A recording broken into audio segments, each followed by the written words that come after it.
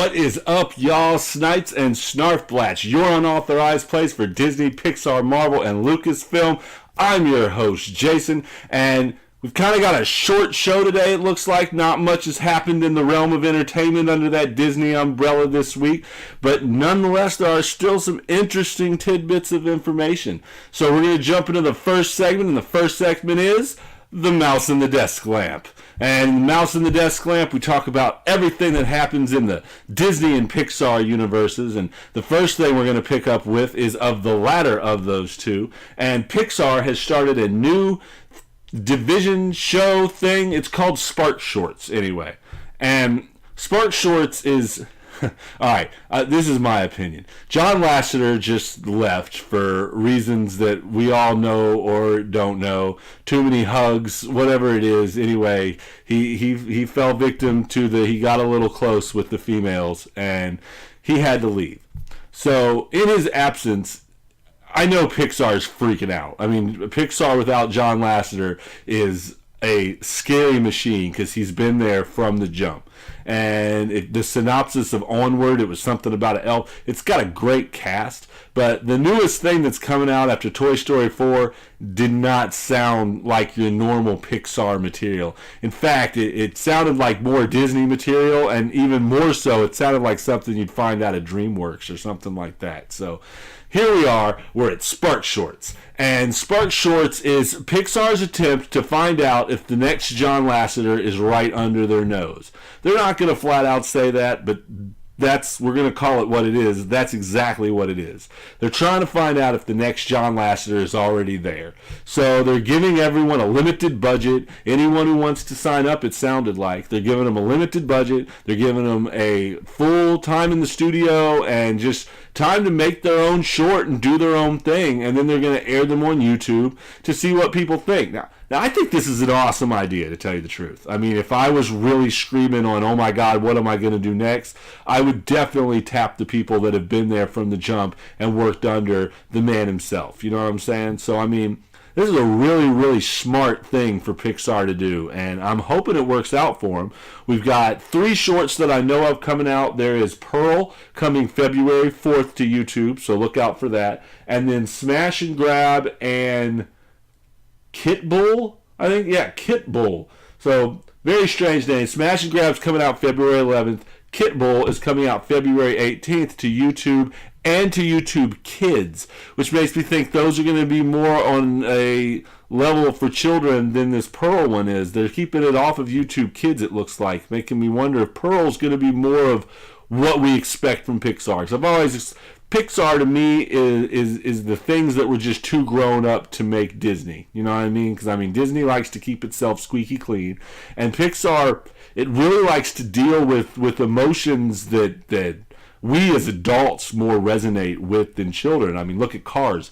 Cars on the outside, besides Cars 2, Cars and Cars 3 on the outside look like children's movies, but if you really dissect them, they deal with some major issues of being worthy in older age and stuff like that. I mean, and Up, good God, Up.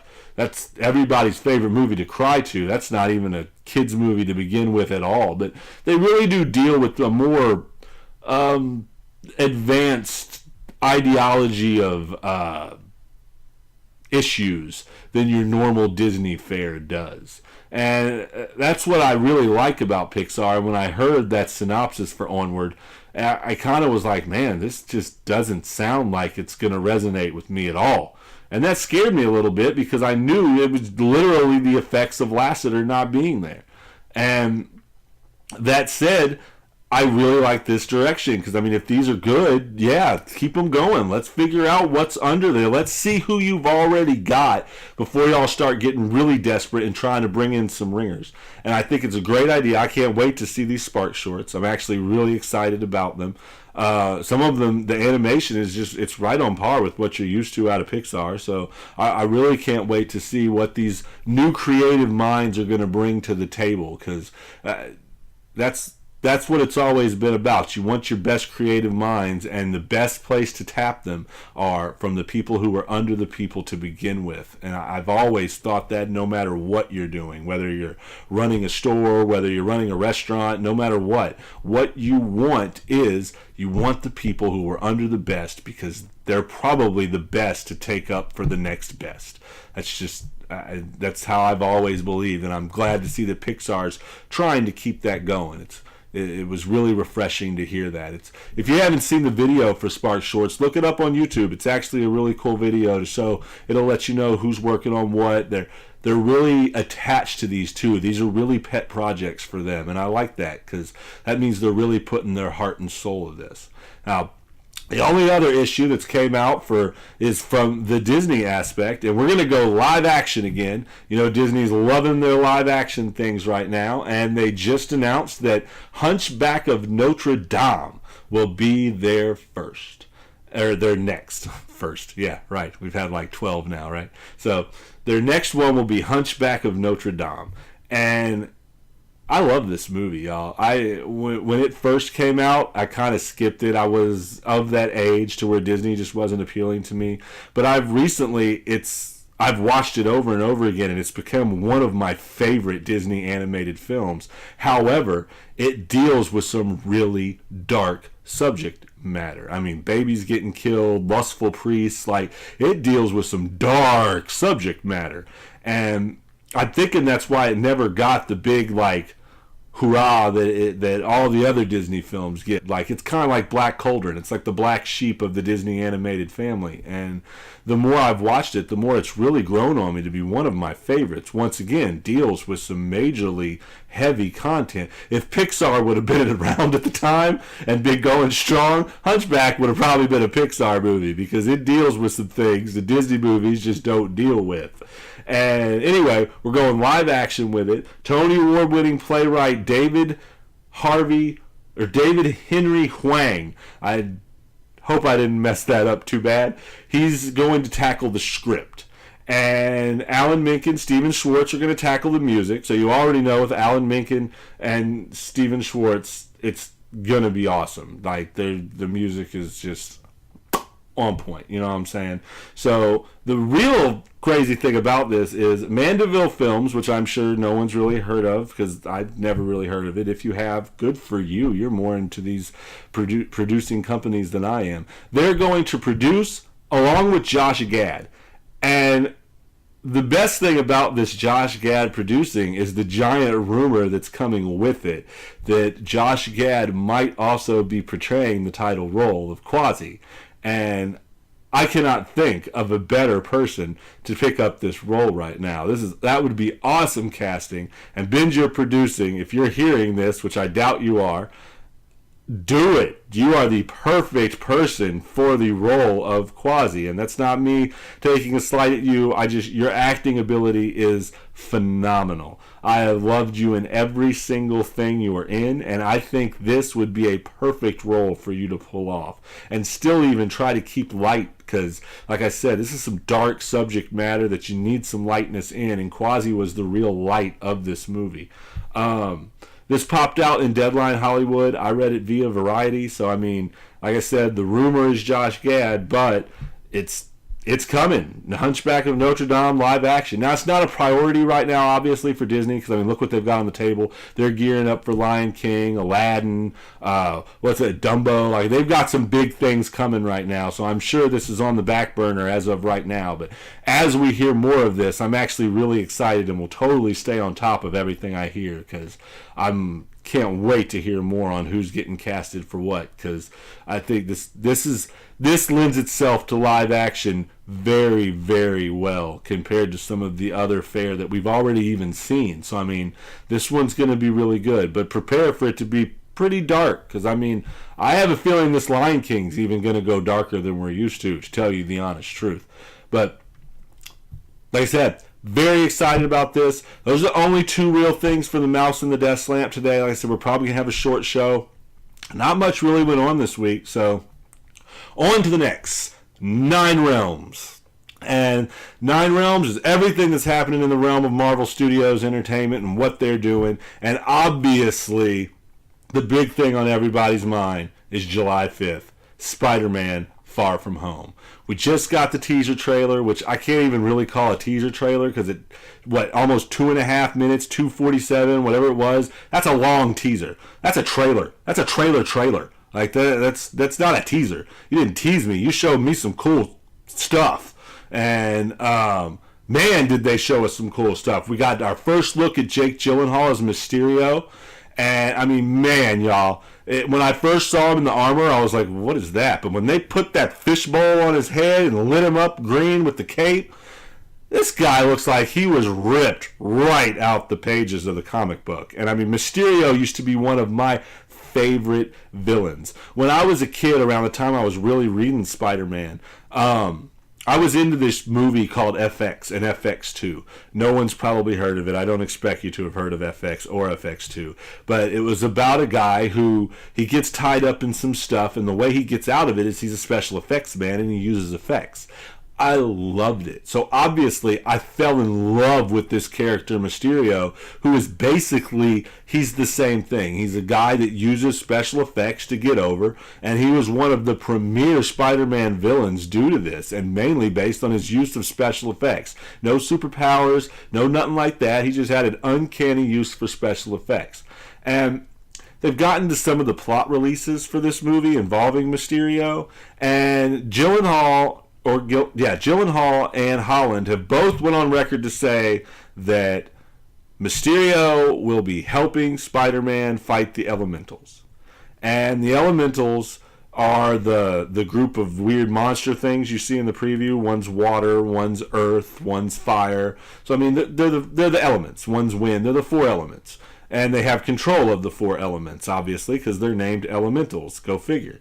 But me, I've got, this is going to get into spoiler territory, so I'll tell you what, I'll hold my hand like this, and when I stop talking, you can fast forward. But it's not really spoiler territory because it's just me thinking out loud of what I think obviously is going to happen.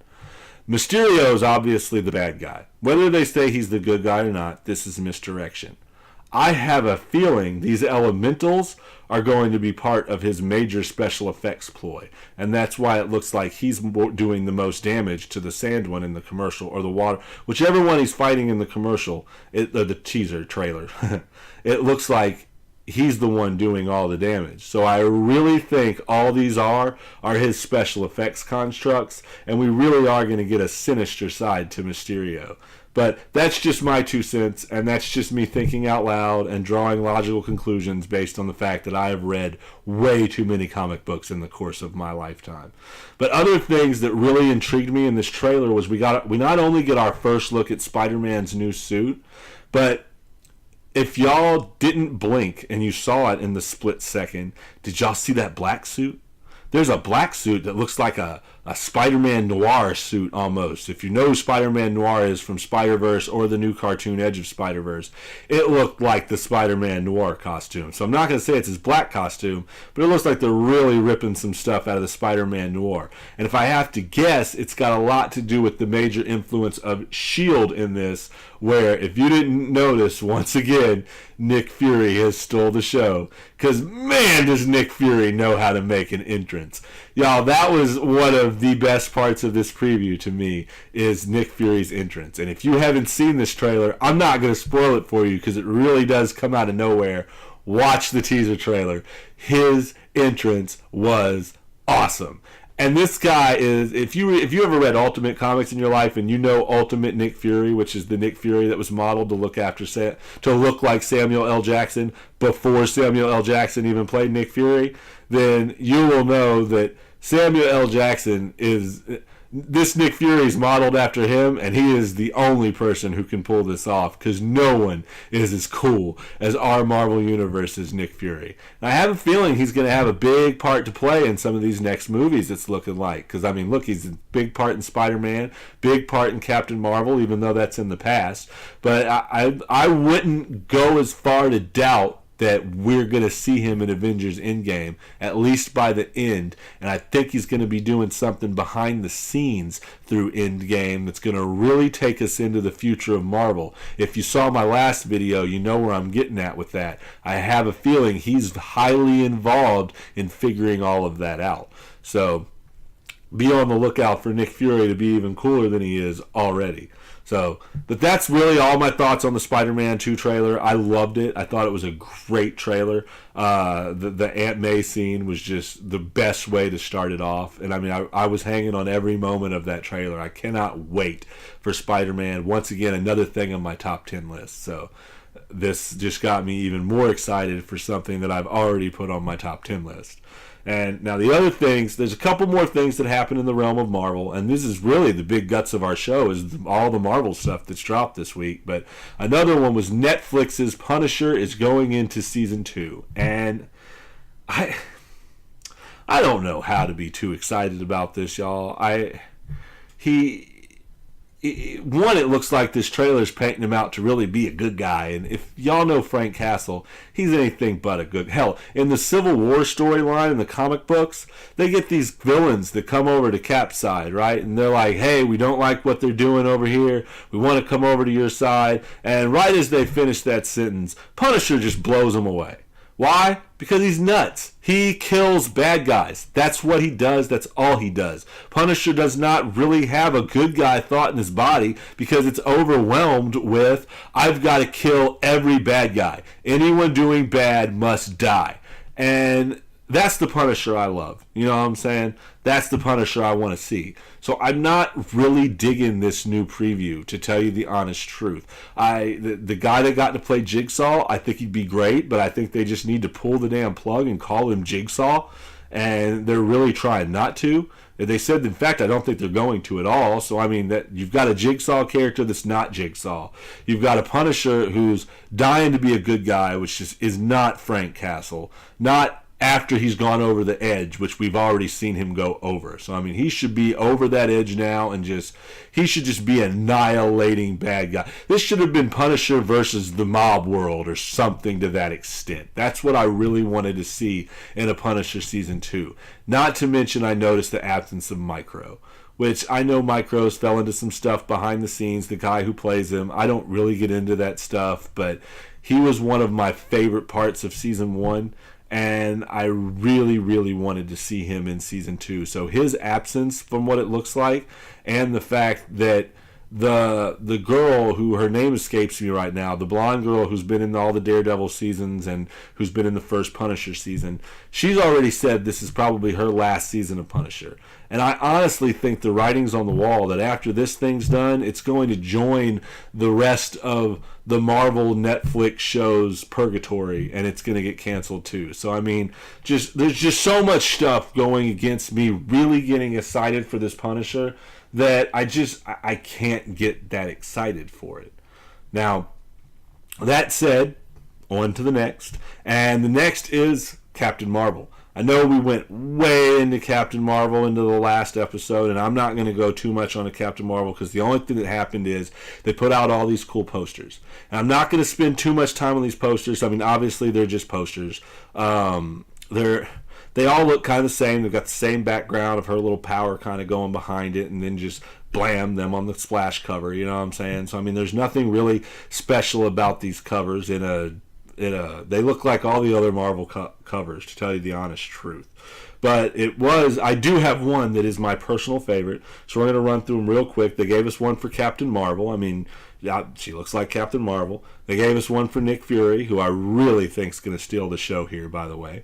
They gave us one for Jude Law. I say Jude Law because we still don't know who the hell Jude Law is playing. Whether he's going to be Jan Rog or Marvel, who knows. But anyway, here's his poster because he is going to be a big part, and he is eventually going to be the anti-Captain Marvel, probably. I mean, for lack of what to call him, because we don't know what to call him. We've got Phil Coulson, I love Phil Coulson, y'all. I hung on to S.H.I.E.L.D. every single season, and it was mainly because of Phil Coulson. Phil Coulson is an amazing character that when they even killed him off in Avengers, I was just like, oh no. And when S.H.I.E.L.D. brought him back, I was like, yes, I love this guy. Phil Coulson's awesome. I hope we still can see more of Phil Coulson in one way or another, because I love this guy. They give us some Minerva. We finally get a look at Minerva, really, and I mean a good look. I mean, we've seen her a couple times in flashes in the teasers, but Minerva is one of the Kree. And then we get a look at Kovath, I never get this guy's name right. Anyway, it's the guy from Guardians of the Galaxy that worked for Ronan. He's part of the team too, and this Strike Force team of Kree. So we get a look at him in the poster too.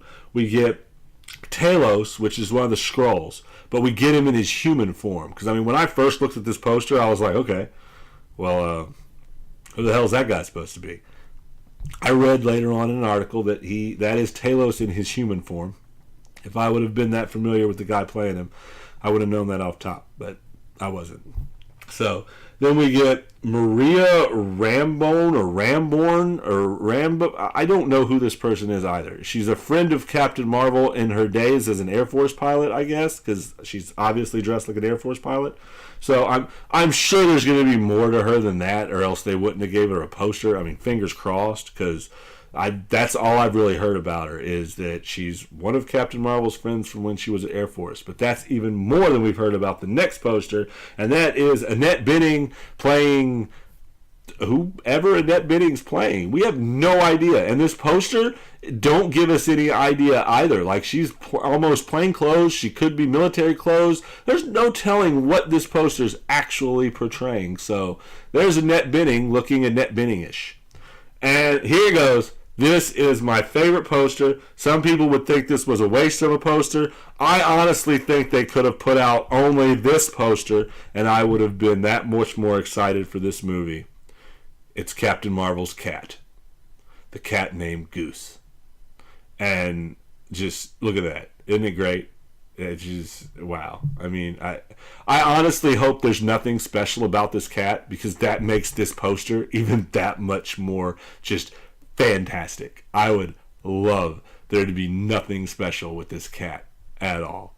So that's basically it, though. That's the poster. So, I mean, we've got one more piece of Marvel news, and that is, it's really obscure. It's for the Disney Plus streaming service that's coming out.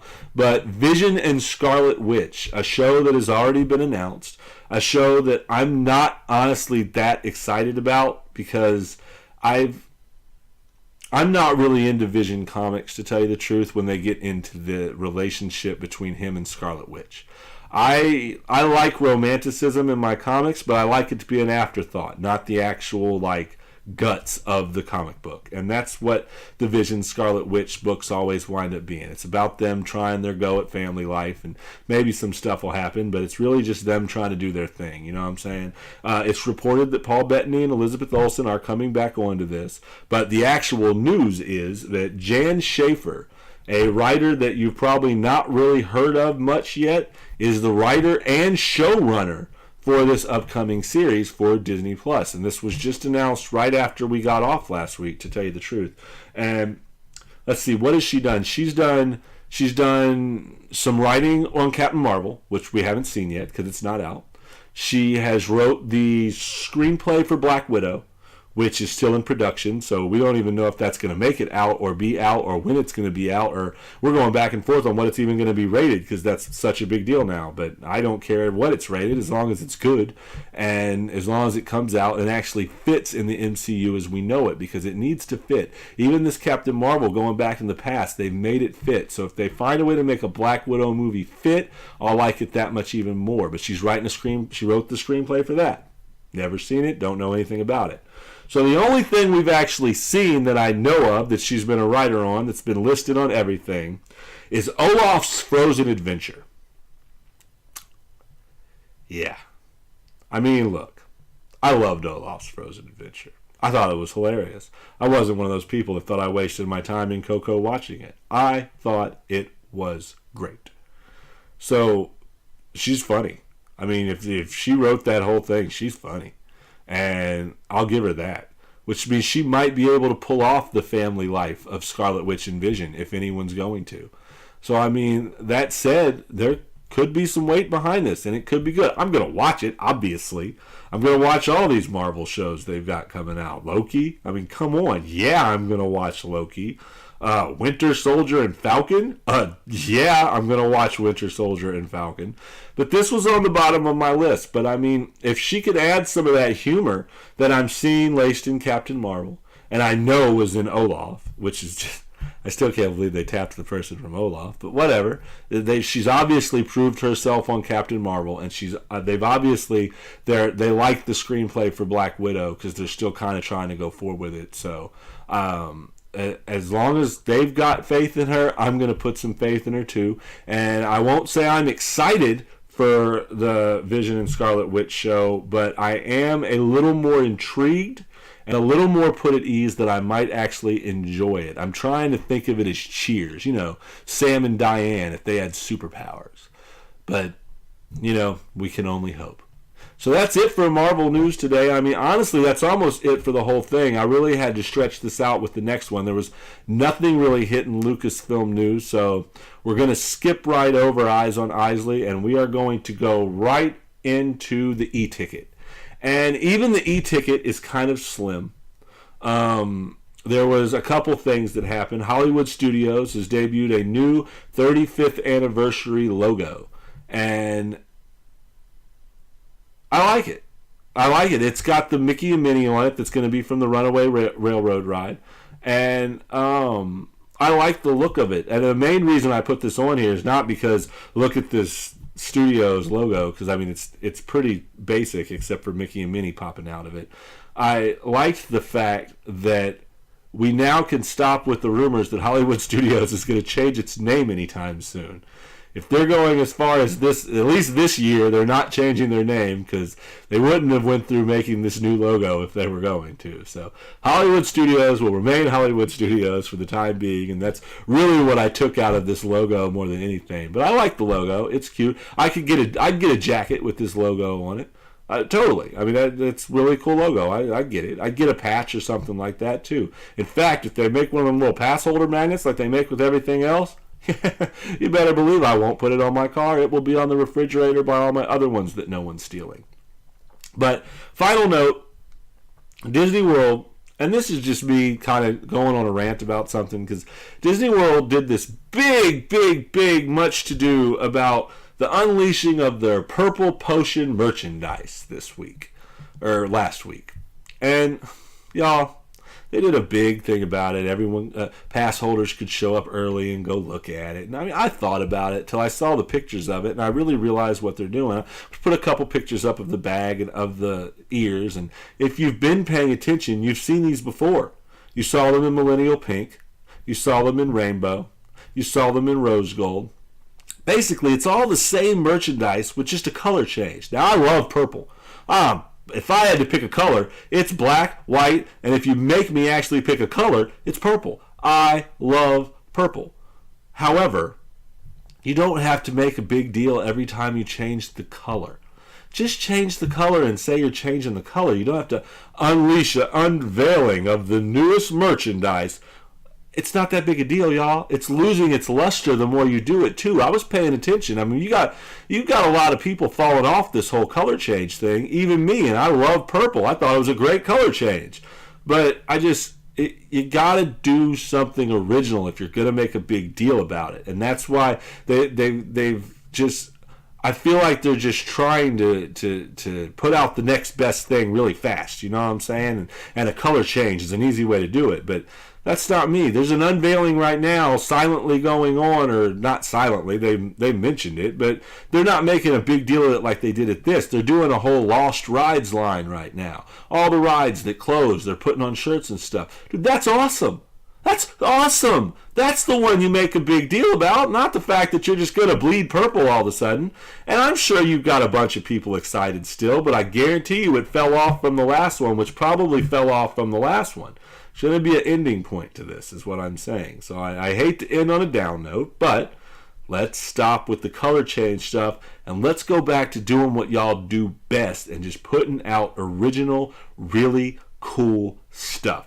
Because, I mean, I'm a big fan of Disney's merchandise when they're on point and doing it right. They had a Walt collection one year that was just amazing. They had a ride collection. They had a land collection. Like, y'all used to do really cool artistic things. And I think that's falling short to all these just quick buck color changes y'all are doing. And y'all are better than that, Disney World. But anyway, there's a lot of rumors going on. I know I haven't got real concrete evidence on the rumors yet, so I don't really want to talk about them. There's the art festival starting. I'm going to go to that this weekend, actually. I'm going to try some of the food. I don't like talking about or writing about the food unless I've actually tried it, because to me it's just a waste, and I feel like I'm just advertising schlock, and I don't want to advertise stuff. I want to actually let y'all know whether it's good or not. So I'm going to try some stuff. I'll take some pictures of it. I'll put it up on Instagram, which that'll be in the link below. Follow us on Instagram. You'll see the food as I do it. That's usually how I review the food I eat. I'll put it on Instagram, but who knows? Maybe if there's not much like today, if there's not much on the e-ticket stuff next week, I'll pop up some pictures of it that I put on Instagram, and I'll talk about it on the show too, so y'all can see it, and we can really go back and forth on it. And speaking of going back and forth, write in. Give me some questions. Give me some stuff. Let me know what y'all want to hear. Let me know what y'all want to do. There's the address. Whoop. Snipes-n-Snarfblatts at gmail.com. Drop us a line. Put us in the topic. Put what you're talking about. If you keep them down to a paragraph, I might even put them up here and talk about them. Got any questions? I'll find out the answers. But yeah, got any comments on what we're talking about right now? Email them to me. Put them in the comments section. I love talking back and forth with folks. I do a lot of it on Facebook, Twitter, and mainly Instagram. Mainly Facebook and Instagram is what I've done a lot of my conversating on. But put some comments down here. We'll talk about anything y'all want to talk about that we've talked about today. Follow us on Facebook, Instagram, Pinterest, Twitter.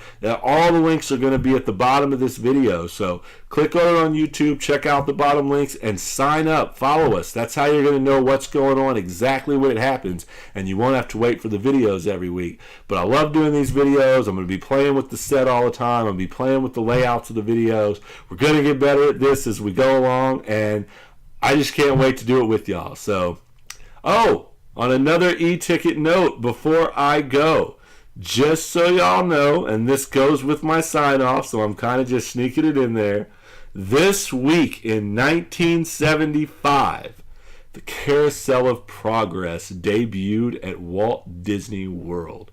That's when they moved it over, got it all set up. It debuted. This week is the week it opened. So what better way to sign off than all of y'all need to know this. No matter how hard it gets, y'all need to know this. There's a great, big, beautiful tomorrow shining at the end of every day. There's a great, big, beautiful tomorrow just a day away.